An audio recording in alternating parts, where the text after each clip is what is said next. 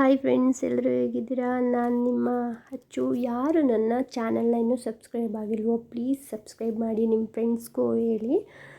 ನಾನಿವತ್ತು ನಿಮ್ಗೆ ತೋರಿಸ್ತಾ ಇರೋವಂಥ ರೆಸಿಪಿ ಬಂದು ಈ ಕಲ್ಲಂಗಡಿ ಹಣ್ಣು ಸಿಪ್ಪೆಯಲ್ಲಿ ಯಾವ ರೀತಿ ಮಕ್ಳಿಗೆ ಇಷ್ಟ ಆಗೋ ಥರ ಒಂದು ಸ್ವೀಟ್ ಮಾಡ್ಬೋದು ಒಂದು ಕಡಿಮೆ ಟೈಮಲ್ಲಿ ಅಂತ ಹೇಳ್ಕೊಡ್ತೀನಿ.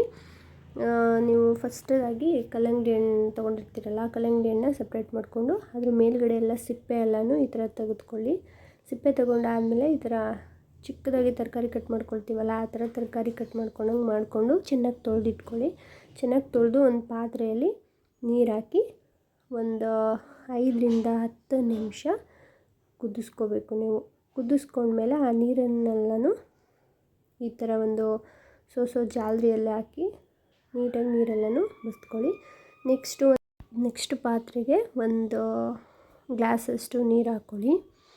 ಯಾಕಂದರೆ ಅದು ಬೇಯಿಸ್ಕೊಳ್ಳೋವಷ್ಟು ಇರಬೇಕಷ್ಟೇ, ಏನು ಜಾಸ್ತಿ ಅವಶ್ಯಕತೆ ಏನಿರಲ್ಲ.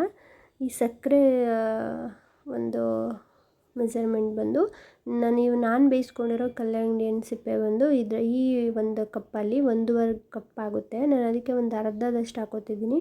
ನಿಮಗೆ 1 ಕಪ್ಪಷ್ಟಿದ್ರೆ ಒಂದು ಅರ್ಧ ಹಾಕ್ಕೊಳ್ಳಿ, ಅಥವಾ 2 ಕಪ್ಪಷ್ಟಿದ್ರೆ 1 ಬೌಲ್ ಸಕ್ಕರೆ ಹಾಕ್ಕೊಳ್ಳಿ.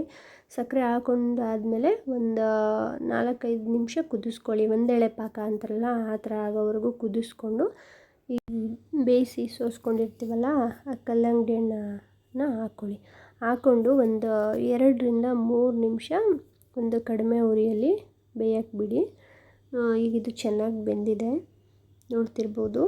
ಬೆಂದಿರೋದನ್ನ ಸ್ವಲ್ಪ 1-2 ನಿಮಿಷ ಅದರೊಳಗಡೆ ಬಿಡಿ, ಯಾಕಂದರೆ ಚೆನ್ನಾಗಿ ಹೊಂದ್ಕೊಳ್ಳುತ್ತೆ ಸಕ್ಕರೆ ಪಾಕ ಮತ್ತು ಕಲ್ಲಂಗಡಿ ಹಣ್ಣು.